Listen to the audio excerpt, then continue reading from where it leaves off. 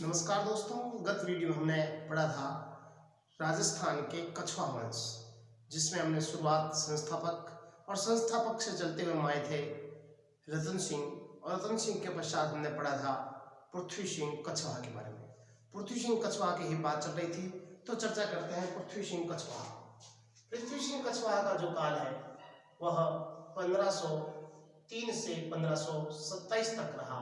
पृथ्वी सिंह कछवाहा जो थे वह खानवा युद्ध में पाती परवन के तहत महाराणा सांगा की सहायता करते हैं, और सहायता करते हुए उसी युद्ध में वो वीर गति को प्राप्त करते हैं। उनके समय की, उनके काल की कुछ घटनाएं हैं, उस घटनाओं के ऊपर हमने पहले भी चर्चा की थी। उसके पश्चात आगामी हम चर्चा करते हैं कृष्णदास पैहारी के ऊपर हमने छोड़ा था। जैसा कि हम जानते हैं कि द्रविड़ भक्ति उपजी लाए रामानंद। जैसे भक्ति का प्रादुर्भाव जो है द्रविड़ प्रदेश अर्थात दक्षिण भारत में होता है, लेकिन उत्तरी भारत में लाने का जो काम है वह रामानंद ने किया। अब रामानंद से ही उनके एक शिष्य थे जिनका नाम था कृष्णदास पैहारी। उसी के ऊपर आज हम थोड़ी सी चर्चा कर लेते हैं। देखिए, शंकराचार्य जो दक्षिण भारत में जिन्होंने भक्ति को पैदा किया, हिंदू धर्म की जो संस्कृति की, हिंदू धर्म की विजय पताका है जो शंकराचार्य ने दक्षिण भारत में फैलाई। शंकराचार्य ने अद्वैत दर्शन को सर्वस्व माना और अद्वैत दर्शन का प्रतिपादन किया, और इसी अद्वैत दर्शन से निकलते हुए वैष्णव धर्म का प्रादुर्भाव होता है। वैष्णव संप्रदाय से होते हुए रामानुज संप्रदाय का प्रादुर्भाव होता है। रामानुज संप्रदाय से होते हुए रामानंद, और रामानंद के जो शिष्य थे इसी की श्रृंखला में चलते हैं रामानंद ने रामानंदी संप्रदाय चलाया। उनके 12 शिष्य थे जो नीच तबके के तथाकथित नीची जाति के जो लोग हुआ करते थे उनको धार्मिक शिक्षा देकर के धर्म के साथ जोड़ करके उन्होंने एक महाकार्य किया, जिनमें कसाई थे, जिनमें नाई थे, जिनमें चमार थे, जिनमें धोबी थे।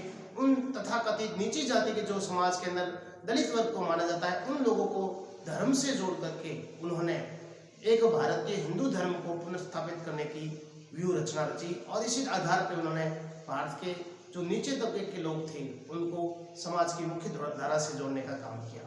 अब इन्हें रामानंदी संप्रदाय के एक शिष्य थे जिनका नाम था कृष्णदास पैहारी।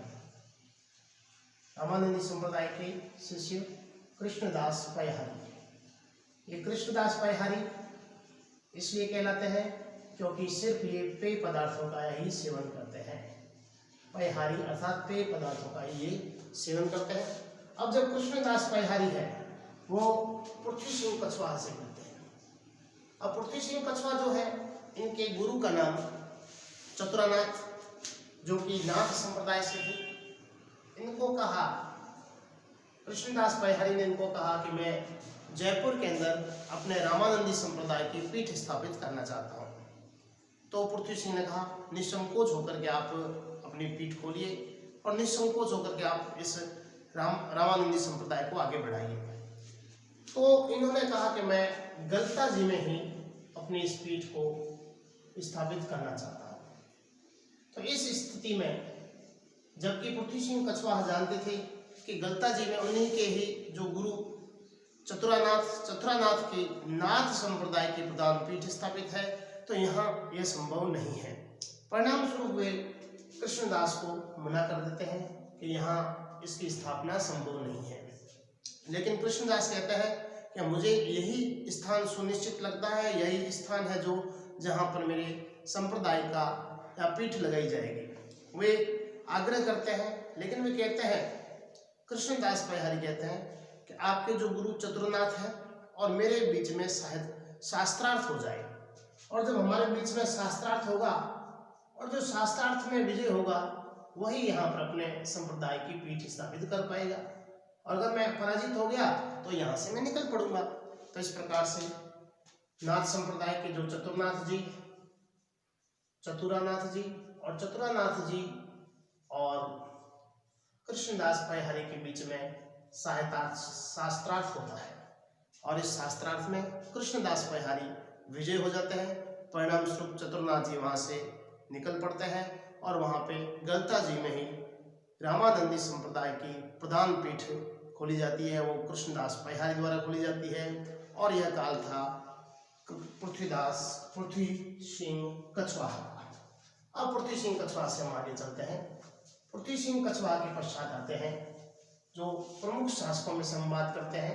हालांकि इसमें एक सांगा भी हुए, सांगा मेवाड़ वाले नहीं, सामान्य सांगा हुए, उन्होंने सांगानेर की स्थापना की थी। उसके पश्चात प्रमुख शासकों में से आते हैं भारमल।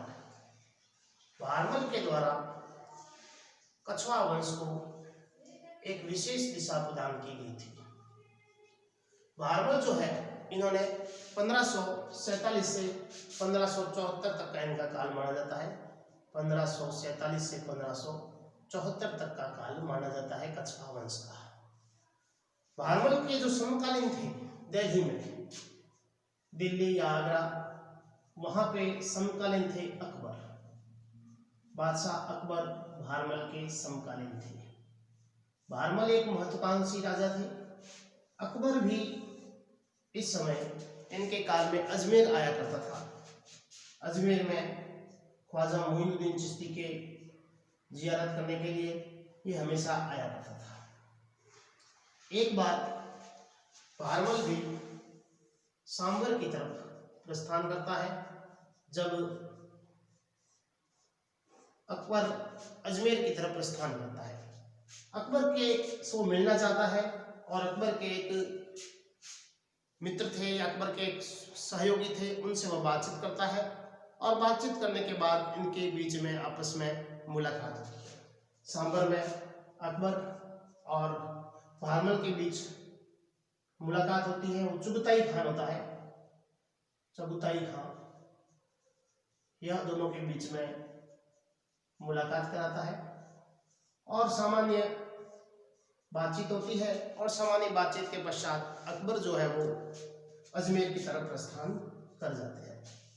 वापिस पुनः यहाँ पर दर्शनार्थ करके यह जब अकबर आगरा की तरफ, दिल्ली की तरफ रवाना होता है, तो बीच में फिर सांबर में ही भारमल जो है वो इनसे मिलते हैं और इनकी एक पुत्री होती है जिसका नाम है हरखूबाई। हरखूबाई का ये विवाह अकबर के साथ में सन 1562 में करते हैं। सन 1562 में पहली बार मुगलों के साथ राजपूतों के वैवाहिक संबंध स्थापित होते हैं। यह राजस्थान के इतिहास की प्रमुख घटनाओं में माना जाता है। 1562 हरखूबाई का विवाह, हरखूबाई अकबर विवाह, अकबर का विवाह होता है और यह घटना है 1562 की। 1562 में यह प्रमुख घटना होती है, अकबर और हरखूबाई के बीच विवाह। यह पहला अवसर है जब राजपूत और मुगलों के बीच